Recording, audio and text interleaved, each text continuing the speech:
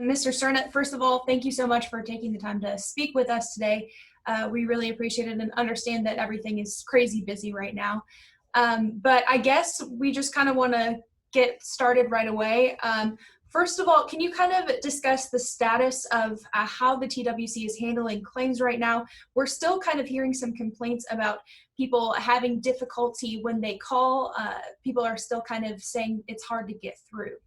Yes, and I'll be the first one to tell you that it is hard to get through, but we are taking serious steps, and I've mentioned this before.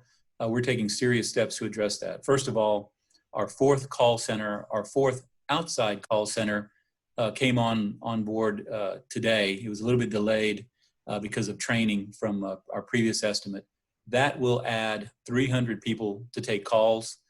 They'll probably be fully up to speed very early next week because we'll be working through the weekend. That will mean that we will have about 1,000 people taking calls from outside call centers, including the 400, adding to it the 400 that we have with our internal call centers. In addition, we are looking at our assignments, looking at the reason people are calling and the reason people's claims aren't being filed, and we are generating outbound calls to a lot of people. We'll also be posting things on our website and on social media. And I'll mention here in a little while, we've got people that are calling us because everything is okay with them. They've been approved for a payment. It's going to be deposited. We even tell them when, but they're calling us just to check the status. We had one gentleman on Monday call us 1,000 times. We called him. Of course, we checked his account. Everything looked okay. We called him and he said, no, I just wanted to make absolutely sure that everything was okay. Now, he didn't get in 1,000 times, but he hit that circuit 1,000 times, which is blocking other people from hitting that circuit. So, but we have made significant strides. We're seeing an increase almost every day in the number of claims that we're successfully taking and that are getting filed. We're up to over 1.8 million claims filed through yesterday. Wow. And are these files, are they still coming in as much as they were when this all first started? Because especially this week with the oil prices tanking at the beginning of the week, there's been more job cuts, especially in the oil and gas industry. Are you guys still seeing the same number? Has there been a little spike this week? How's that all looking? We're still seeing the same number.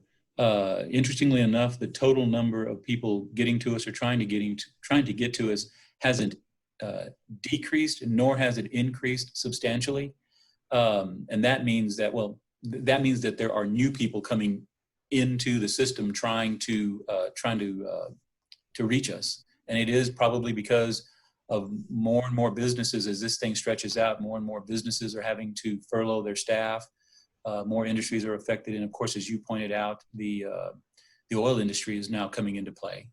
And is the TWC, do you feel prepared to handle this, like kind of continuation of complaints as they come in? Yes, ma'am. We do feel prepared to handle the claims as they come in. We expanded. I mentioned the call centers. We've expanded our online presence. The majority of claims, by the way, and I'm not trying to diminish from the folks that are trying to get through on the telephone, and they need to sometimes. But the majority of our claims are processed online. 95% of our claims are taken online versus through the phone system. So I would encourage folks to continue to go online to file your claim. And also, if you have questions about, am I going to get my deposit on time? And we've already told you that you are, hold off to contact us until after that date that we've given you and the money isn't in the bank or isn't in your hand.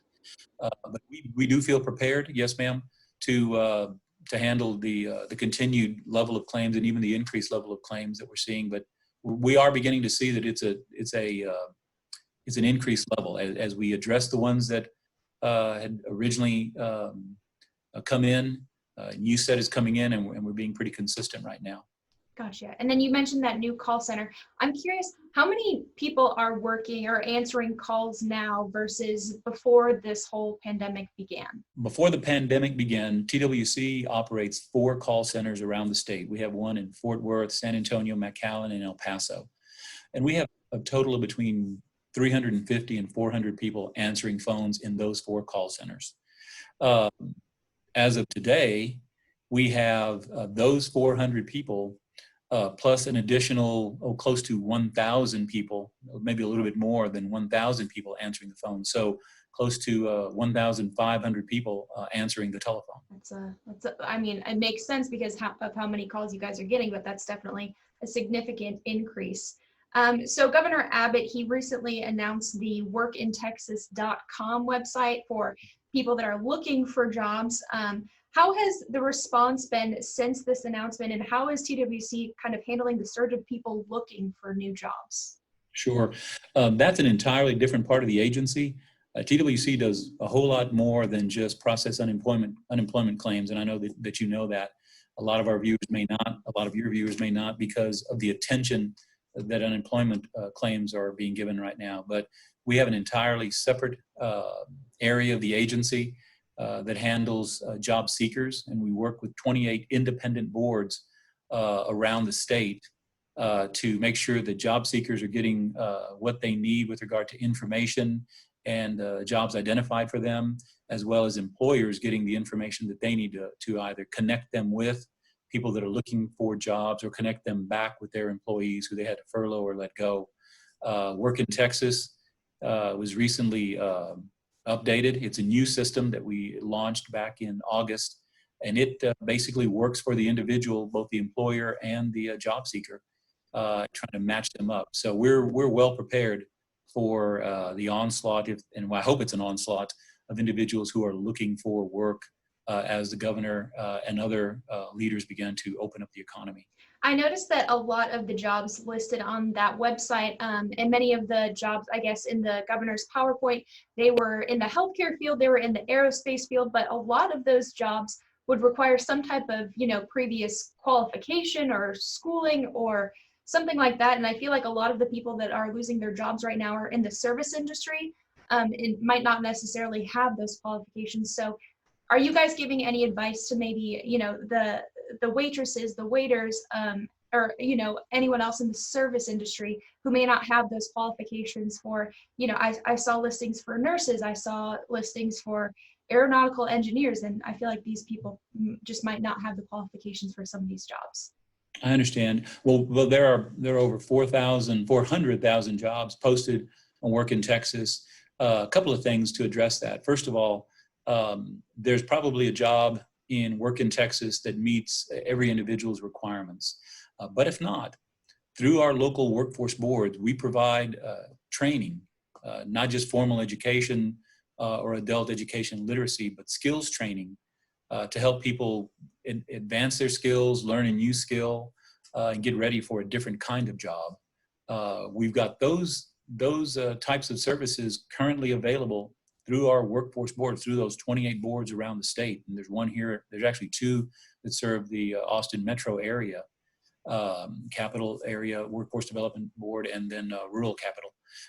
They do a really good job of connecting folks with training opportunities and other services that we provide to make them even more marketable and more available to employers. So that's how we plan on addressing it. That's how we've been addressing it. We're going to look at putting more resources into that training very quickly to get people, like you pointed out, to get them kind of more matched up with some of the jobs that are out there now, but also the jobs that will be there. That's great. So with the record number of people that are seeking unemployment benefits right now, is there enough funding to go to every single person who applies, or how is that looking right now? There will be enough funding. So there are reports out there that point out that states, not state agencies, but states across the country, that their trust fund is going to run out of money. And there's a report that says that Texas's trust fund is going to run out of money sometime in March. The truth of the matter is that yes, the original balance in our trust fund will get expended. However, we have already taken steps. We have the ability to borrow from the federal government, interest-free loans from the federal government. We've already taken steps to secure that funding so that as our balance in our trust fund is depleted, we will replenish it. Everyone that deserves a benefit will get a benefit, and it will not be a reduced benefit. It will be the full benefit that they have coming to them, including the extra $600 that was due to them because of the CARES Act. So there's The reports are not intended to be misleading, but a little bit of information is wrong because while it is in fact the case that the trust fund itself, that original balance may get to zero, we'll have monies put in there so that we can continue to pay claims. So that's nothing that anybody should worry about. So they will for sure be able to get their benefit. Is there a specific timetable for when everyone will get the money that they're looking for or the benefits that they're looking for?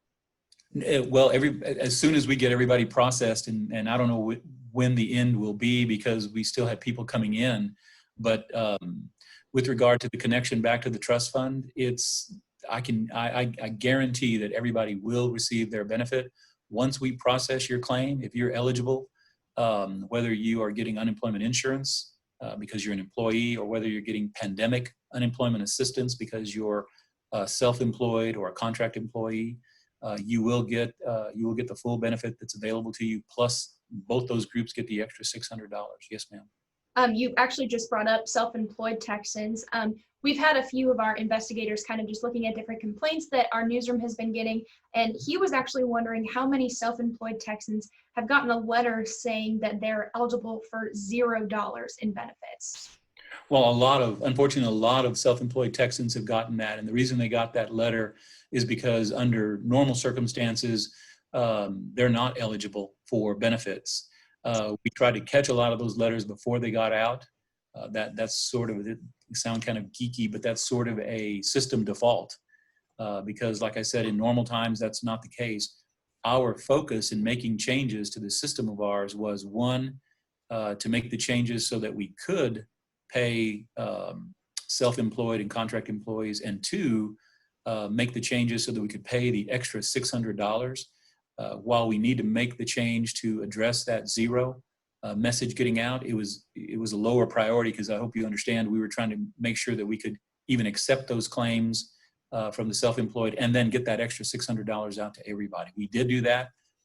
Back a week or so ago, we were one of only 2 states that had successfully done both of those. Now I think there are more states that have caught up with us. But now we're looking at kind of tweaking the system, so to speak, maybe not tweaking, but addressing some of those things. If you are self-employed or if you are a contract employee and you received one of those notices, we will be contacting you and we will be sending you instructions. We're either going to contact you via phone. We're going to reach out to you. That's one of those things where you don't need to worry about calling us, or we will send you a message with instructions on what you need to do. And then we're going to get you the benefits that you deserve to. So we'll get that done. But yes, that was unfortunate. And also, to their credit, some of the individuals applied before the CARES Act had been signed by the president. So technically, they still weren't eligible until after that. They didn't become eligible till probably about the first week in April. They got a little ahead of us. We will still reach out to them, and we're getting those things corrected right now. And then do you have a specific number? Is there a way of knowing how many of those letters went out? Initially, it was over 90,000 went out, or communications went out. When I say communications, it could have been an email if you gave us an email address. And now what we're doing is we're taking that list plus any others that got added to it, and I don't know how many that is, but we're now calling those individuals. We have all the information we need, all the information we need for those individuals. So now we're actually reaching out and calling them, telling them what we're doing, what's going on, and what the next steps are. And do you know how that progress is looking like numerically? Do you know how many people you all have reached out to so far? Unfortunately, I apologize. I don't know. It's something that I need to find out. It's a good question. And if I get that, I'll send that information to you so that you can share it with your viewers.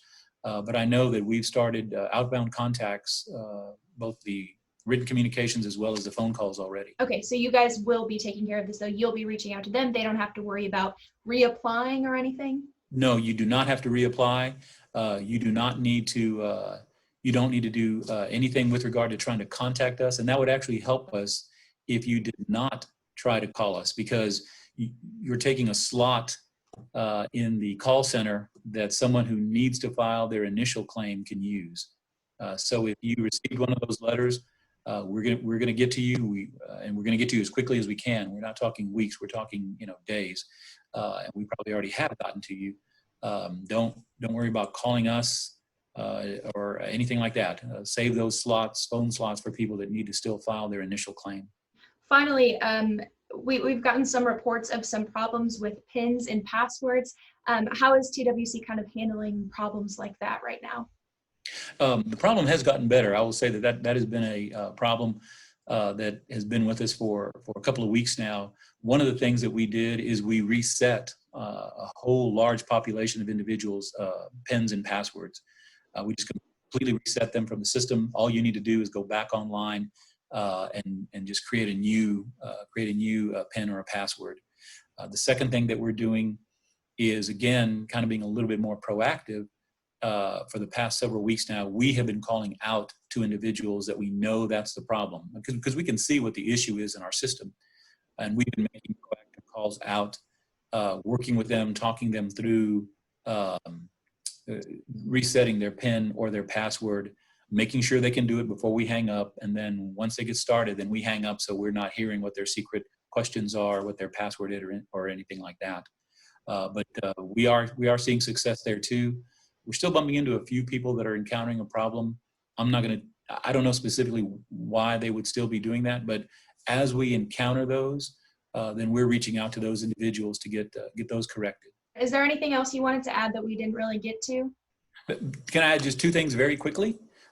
First, there are individuals whose benefits are expiring or getting ready to expire, are expiring in the future or have already expired.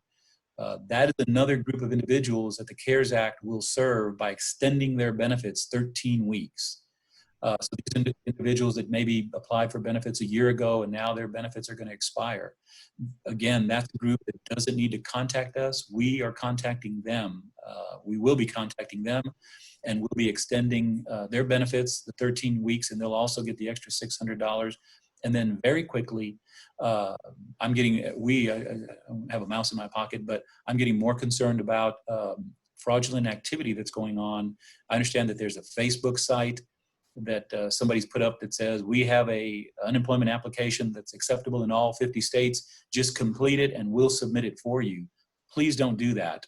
You're giving strangers a lot of information about you that they can duplicate your identity with. The only two ways to file for unemployment are through our call center or through our website, twc.texas.gov. If you see anything that is different from twc.texas.gov, please don't enter your information there, because you are giving your information to people who want to steal your identity, and they're not going to help you with benefits.